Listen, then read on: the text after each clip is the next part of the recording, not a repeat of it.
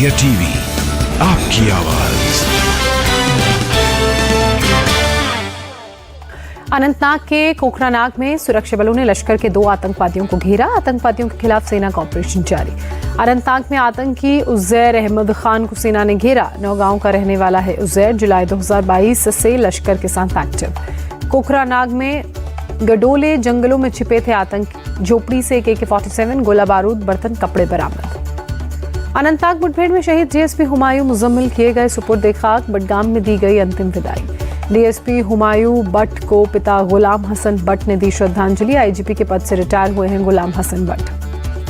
शहीद कर्नल मनप्रीत सिंह के पंचकुला स्थित घर पर छाया सन्नाटा। आतंकवादियों की गोली लगने से हुए शहीद। बुधवार को अनंतनाग में हुए एनकाउंटर में अपनी टीम का नेतृत्व कर रहे थे सेना के कर्नल मनप्रीत सिंह। मेजर आशीष धौनेक ने भी दी शहादत। पंजाब के भरूजान गांव के रहने वाले शहीद कर्नल मनप्रीत सिंह हरियाणा के पंचकुला में परिवार के साथ रहते थे। दादा और पिता भी सेना में रहे हैं। शहीद कर्नल मनप्रीत सिंह पत्नी और 2 बच्चों को छोड़ गए। बड़ा बेटा 7 साल का और 1.5 साल की छोटी बेटी। अनंतनाग में शहीद मेजर आशीष पानीपत के रहने वाले। सिर्फ 2 साल की है बेटी। 3 बहनों के अकेले भाई थे आशीष। हरियाणा के पानीपत के सेक्टर 7 में रहता है आशीष का परिवार। मेजर को इसी साल बहादुरी के लिए मिला था सेना मेडल। शहीद मेजर आशीष के चाचा बोले, 3 दिन पहले भतीजे से हुई थी बात। 13 अक्टूबर को पानीपत में गृह प्रवेश की कही थी बात। जम्मू कश्मीर पुलिस के DSP हुमायूं मुजम्मिल बट भी इसी मुठभेड़ में शहीद हुए। उस वक्त चल रहा था सर्च ऑपरेशन। राजौरी के नरला इलाके में मुठभेड़ में 2 आतंकी ढेर। एनकाउंटर में आर्मी के राइफलमैन रवि कुमार शहीद। LG मनोज सिन्हा ने दी राइफलमैन रवि कुमार को श्रद्धांजलि। शहादत को किया सलाम। शहीद के परिवार के प्रति जताई संवेदना। सुरक्षा अधिकारियों की शहादत पर कश्मीर पुलिस का ट्वीट, दी श्रद्धांजलि। लिखा, ऑपरेशन में फ्रंट से किया था लीड। एनकाउंटर पर बोले उत्तरी सेना कमांडर, आतंकवादियों को भेजकर जम्मू कश्मीर की शांति को भंग करने की कोशिश कर रहा पाकिस्तान। मुठभेड़ में शहीद अफसरों को लेकर कांग्रेस प्रवक्ता पवन खेड़ा का PM मोदी पर निशाना। लिखा, जब सीमा पर सेना के 3 अधिकारी के शहीद होने की खबर आई, बीजेपी जश्न मना रही थी। रणदीप सुरजेवाला ने लिखा, बीजेपी के सेना प्रेम की असलियत सामने आई। कश्मीर में अफसरों की शहादत, दिल्ली में बीजेपी का सेलिब्रेशन। PM मोदी की अध्यक्षता में बुधवार रात हुई बीजेपी चुनाव समिति की बैठक। JP नड्डा, अमित शाह और राजनाथ सिंह बैठक में रहे मौजूद। बैठक में CM शिवराज, नरेंद्र सिंह तोमर, कैलाश विजयवर्गीय भी मौजूद। प्रदेश अध्यक्ष VD शर्मा और प्रदेश संगठन महामंत्री हितानंद शर्मा भी शामिल। सूत्रों के मुताबिक पिछले चुनाव में बीजेपी की हारी हुई सीटों के लिए उम्मीदवारों के नामों पर हुई चर्चा। पार्टी 39 नामों की पहली लिस्ट कर चुकी है जारी। केंद्रीय चुनाव समिति की बैठक से पहले PM मोदी का जोरदार स्वागत हुआ। बीजेपी हेडक्वार्टर में कार्यकर्ताओं ने फूलों की बारिश की। बीजेपी संसदीय बोर्ड ने प्रस्ताव पारित कर G20 की सफलता पर PM को दी बधाई। प्रस्ताव में कहा, PM के नेतृत्व पर गर्व है। भारत की G20 समिट की सफलता का पाकिस्तान में डंका। लोग कर रहे PM मोदी की तारीफ। कहा, दुनिया में हमें कर दिया किनारे। भोपाल में बीजेपी कांग्रेस के बीच पोस्टर वॉर। कमलनाथ को बनाया करप्शन का हैवान। कांग्रेस ने लिखा, ठगराज की झूठी जुबान। बीजेपी के पोस्टर पर कांग्रेस का पलटवार। प्रवक्ता अब्बास हाफिज बोले, कमलनाथ के अपमान का जवाब देगी मध्य प्रदेश की जनता।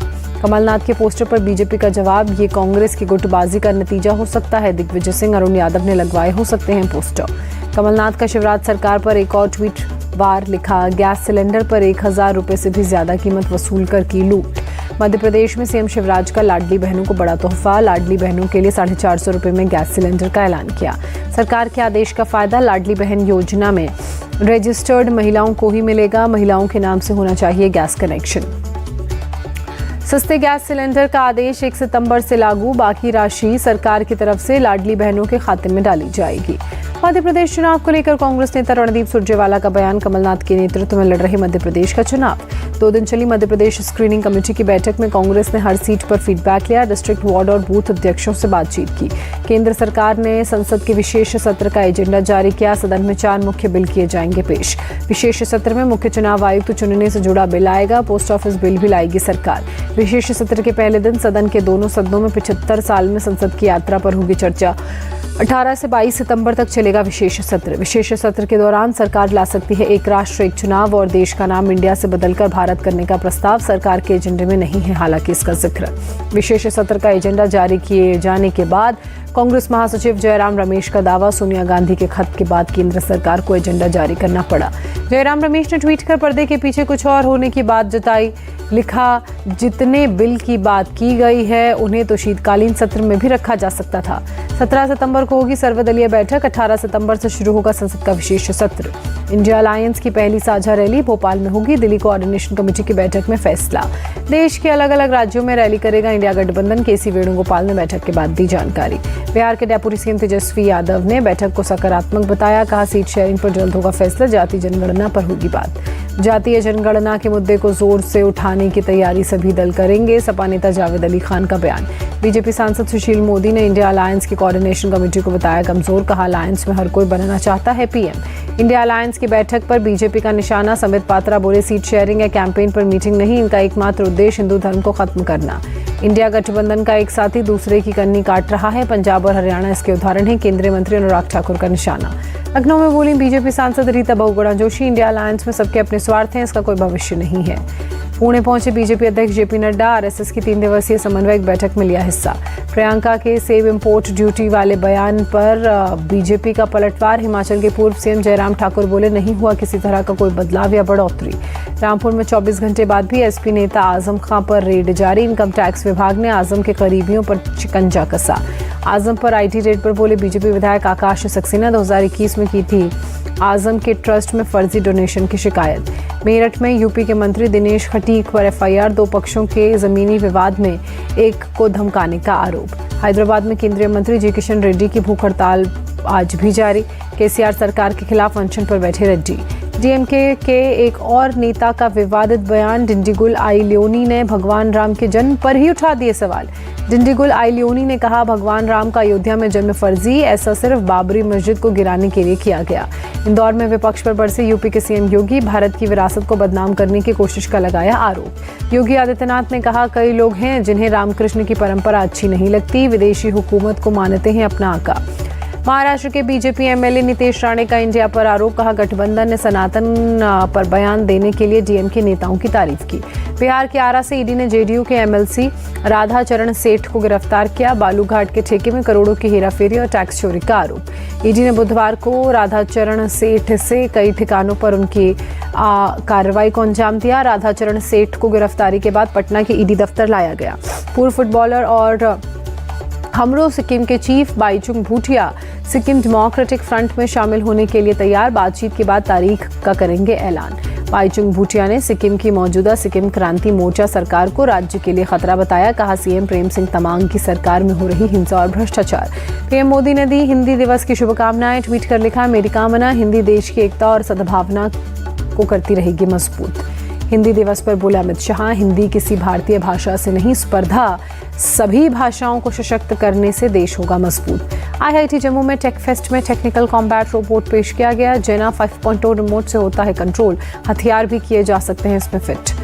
दिल्ली में आयोजित एसीएमए सत्र में बोले केंद्रीय मंत्री नितिन गडकरी, पराली से अब बनाई जाती है 1 लाख लीटर एथेनॉल। पंजाब में पटियाला पुलिस ने सेना के एक जवान को किया गिरफ्तार, इंडियन आर्मी की गुप्त जानकारी ड्रग तस्कर को देने का आरोप। राजस्थान में आज भी हड़ताल पर रहेंगे पेट्रोल पंप संचालक, अधिक वैट के विरोध में 2 दिनों की हड़ताल। आम लोगों ने की वैट कम करने की मांग, राजस्थान में करीब 110 रुपए प्रति लीटर है पेट्रोल। अयोध्या में राम जन्मभूमि स्थायी सुरक्षा समिति की आज बैठक, राम मंदिर में प्राण प्रतिष्ठा से पहले सुरक्षा पर मंथन। राम जन्मभूमि की सुरक्षा 15 सितंबर से संभाल सकते हैं एसएसएफ के जवान। बैठक में राम जन्मभूमि तीर्थ क्षेत्र ट्रस्ट के साथ एडीजी सुरक्षा, आईजी, एसएसपी रहेंगे मौजूद। लखनऊ में एनएसजी का गंडी 5 कार्यक्रम, उत्तर प्रदेश के सीएम योगी आदित्यनाथ हुए शामिल, देखी मॉक ड्रिल। लखनऊ में विधानसभा लोक भवन की सुरक्षा के लिए सेना की हवाई mock drill, high security zone में उड़ता दिखा हेलीकॉप्टर। मुंबई एयरपोर्ट पर 1 करोड़ से ज्यादा का सोना बरामद, सिंगापुर से आ रही इंडियन फैमिली ने चूरा बनाकर छिपाया था सोना। दिल्ली के करोल बाग में एक कपड़े की दुकान में लगी आग, फायर ब्रिगेड की 15 गाड़ियां आग पर काबू पाने में जुटी। दुकान में आग लगने से कोई हताहत नहीं हुआ, हालांकि आग कैसे लगी कारणों की अभी जांच जारी। गाजियाबाद के मोदी नगर में एक घर की बेसमेंट में लगी आग, मौके पर फायर फाइटर्स की 10 गाड़ियां पहुंची, आग पर पाया काबू। गाजियाबाद के ओमेगा चौक पर सड़क हादसे में पति पत्नी की मौत, स्कूटी की ट्रक से टक्कर होने के बाद हुआ हादसा। मैनपुरी के रमीहार गांव में फटा एलपीजी, घर में 5 लोग गंभीर रूप से घायल, सैफई मिनी पीजीआई रेफर किया गया। तेलंगाना के वारंगल में चोर गैंग ने 4 बदमाशों को गिरफ्तार, चोर गैंग के किए गए। घरों से चुराई गई ज्वेलरी और हथियार भी भारी संख्या में बरामद। इटावा में चलती ट्रेन से गिरे 2 शख्स, घायलों को पुलिस ने अस्पताल में इलाज के लिए भर्ती कराया। उत्तर प्रदेश के रामपुर में बारिश से बिगड़े हालात, पुलिस लाइन से लेकर जिला जेल तक जल भराव। मुरादाबाद में बारिश के बाद बाढ़ जैसे हालात, ताजपुर और सहल गांव में भरा बारिश का पानी, लोग परेशान। बाराबंकी में भारी बारिश से बाढ़ जैसे बने हालात, 2 दिन में 330 मिलीमीटर के करीब रिकॉर्ड हुई बारिश।